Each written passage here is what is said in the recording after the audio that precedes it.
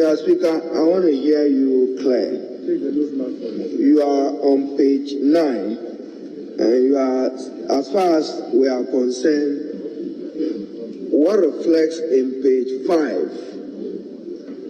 is a true reflection of what, relying on Standing Order 51 and 2, as was done by my colleague, the Majority Leader, a day before. And Mr. Speaker, you are seeking to correct this. Yes, there was an uproar because you had to put the question on the motion that was so ably moved by me and seconded by the Honorable Mahama Ayaga.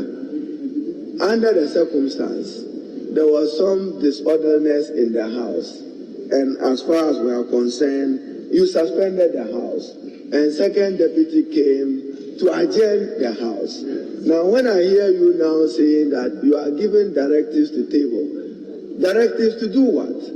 Mr. Speaker, directives to do what? Because you told this House that you are not the Speaker, you are a Member of Parliament for Bekwai, Mr. Speaker. And therefore, if you are a Member of Parliament for Bekwai, my application was to the Speaker.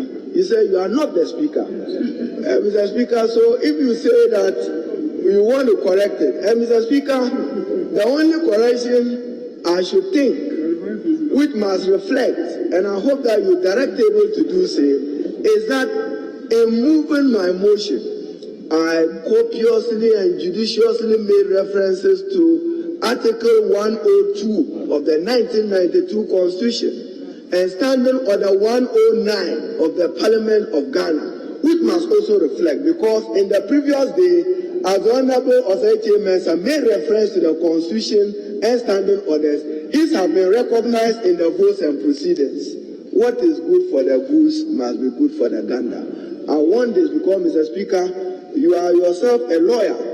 Authoritatively, parliamentary debates have become a guide to interpretation beyond the British ruling in paper and hand. And therefore, we know that reference to the Constitution and reference to our standing order must at all times be respected. So I have a difficulty with the directive that you are giving the table, because as far as we are concerned, I moved the motion. The motion was seconded by the Honorable Mahama Ayaga.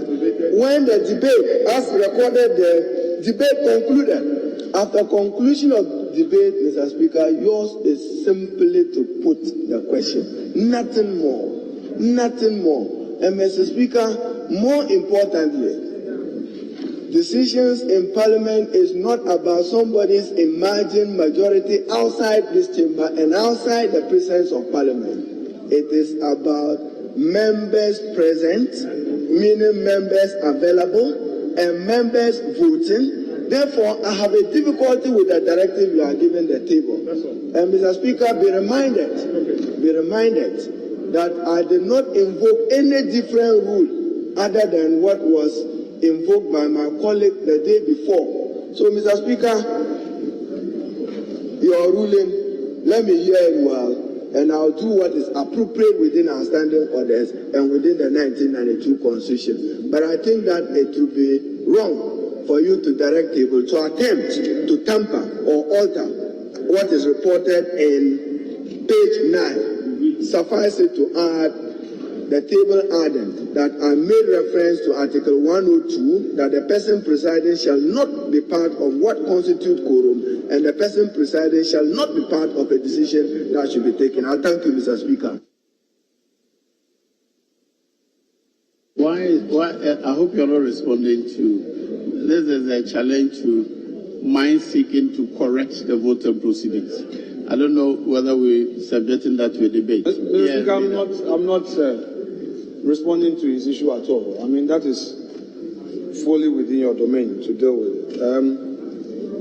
I am on the same page 9 that a point of order was duly raised by the majority leader, which point of order sought to draw the House's attention to a preliminary objection to the form of the said application. Mr. Speaker, this is not mentioned at all. And it's a very important matter because the point of order sought to arrest the application, that such an application must come on notice. And an impression is being created that to the extent that Mr. Speaker had allowed the motion to be seconded and full debate having ensued, there can be no other thing than to put a question. I submit most respectfully that, Mr. Speaker, once there was a point of order, the subsequent debate on the matter really, Mr. Speaker, does not tie your hands. The point of order must reflect in the vote. That is all I seek to do on this rising. The point of order by the majority leader must suffice for the records. Yes, and it doesn't matter. Those practitioners in our court will tell you that point of order can arise at any time. And in fact, the current practice by our court is that if you raise a preliminary legal objection, the court will allow you to fully debate, write your submissions, and still make a ruling.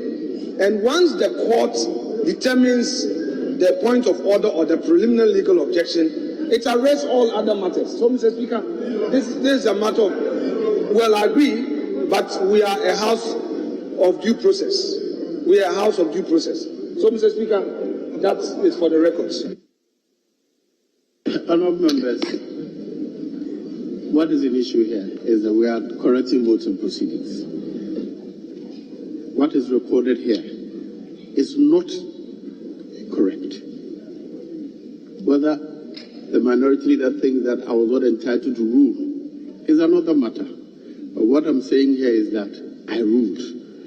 What is recorded here is that I was ruling and it was interrupted. So it appears that the ruling did not conclude, but it did conclude. That's all I want the vote to reflect. That is not about yes or no. That is what happened. And the record is available. The table office heard the video. I played it out to them when I saw this, that this is the video of what I did, and that is how it concluded. So let the votes and proceedings reflect what happened. After raising issues with them, is entitled. You are always entitled to raise issues with what you think I ought to have done or ought not to have done. That is a different matter altogether. So let the vote and proceedings reflect that. Speaker, is it a ruling which was interrupted for which you could not rule, or you are ruling that there is a new position? Let me serve you notice, Mr. Speaker, that under Order 93.5, I will file a motion to question your conduct as Speaker or as member for Bekwai, wherever is appropriate, because this directive you are given does not, and we ourselves will call the recording for scrutiny, and we will look at it closely, because as far as you know, Mr. Speaker, you are tempted to rule, and there was an uproar, and there was a suspension, and subsequently an adjournment. That is all we know. So, Mr. Speaker, I intend to invoke Order 93.5 that I'll serve you, I'll submit your conduct, because you cannot operate with these standing orders at your whims and caprices. Thank you, Mr. Speaker.